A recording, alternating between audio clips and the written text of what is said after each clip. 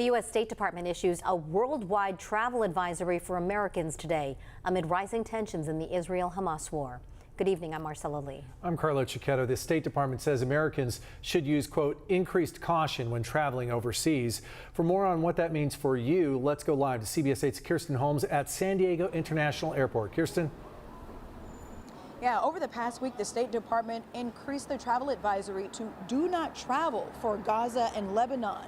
The State Department is urging Americans to reconsider travel to Israel.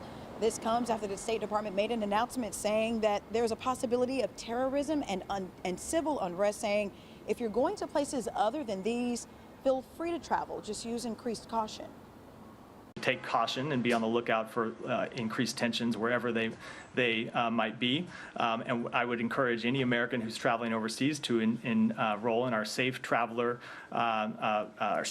program so they can get updates about where they are or about conditions wherever they might be.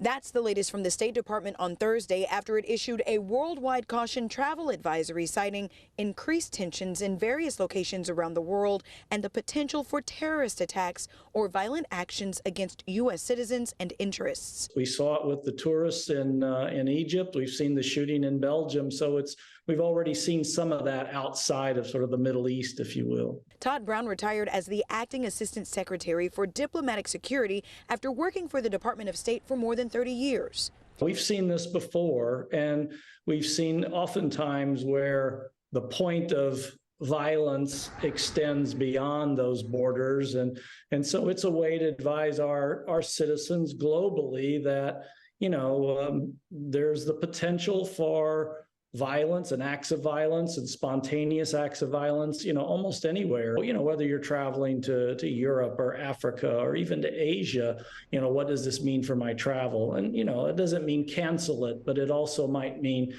hey, I'm going to be aware of my surroundings. I'm going to be a little extra vigilant, particularly around potential flashpoints of demonstrations. Joan says her son has been visiting from London to the U.S. for 3 weeks, and it's time for him to go back home, so she's keeping an eye out. There's so much dis and misinformation out there. You have to rely on the company that's flying you and the State Department information.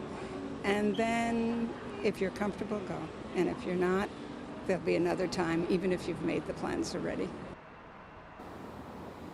If you have an international trip planned, the State Department wants you to enroll in the Smart Traveler Enrollment Program. That way you can get those important updates. To find that link, you can go to our website, cbs8.com, where we've posted a link on this story. Reporting live for CBS 8, I'm Kirsten Holmes. Back to you. Thanks, Kirsten. When was the last time the State Department actually issued this type of worldwide warning for Americans?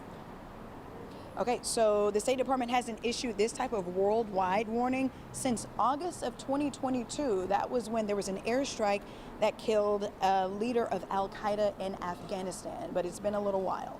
All right, Marcella. Thanks so much, Kirsten. Appreciate that.